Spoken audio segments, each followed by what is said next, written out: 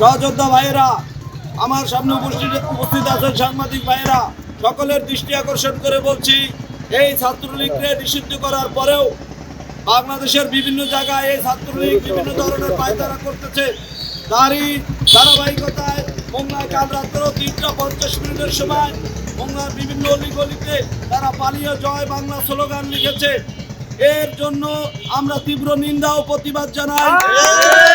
তার সাথে সাথে আমি আপনাদের মাধ্যমে মোংলা থানা এবং নৌবাহিনী কন্টিনজেন্টের কাছে অনুরোধ জানাই, এই ধরনের নৈরাজ্যকারী সংগঠন কিভাবে এখনো রাস্তায় ঘোরাফেরা করছে এগুলো আপনারা অবশ্যই লক্ষ্য করবেন, না হলে দেশের পরিবেশ আবার খারাপের দিকে যাবে।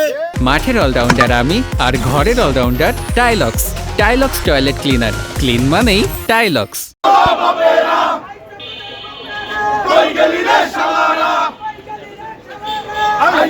এখানে প্রশাসনের দৃষ্টি আকর্ষণ করে একটা কথা বলতে চাই, প্রশাসন কি ঘুমায়? এখনো জয় বাংলা ছাত্রলীগ নিষিদ্ধ সংগঠন কিভাবে রাস্তায় জয় বাংলা স্লোগান লেখে? আমরা এর প্রতিবাদ জানাই। অনতি বিলম্বে এই কাজ যারা করেছে তাদেরকে চিহ্নিত করে তাদেরকে গ্রেফতারের দাবি জানাই। এই বলে আজকের সভা এখানেই সমাপ্ত ঘোষণা করা হলো।